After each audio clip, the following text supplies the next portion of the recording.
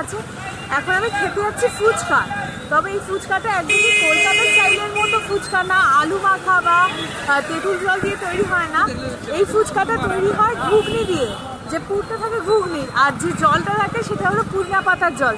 তো চলুন আমার সাথে।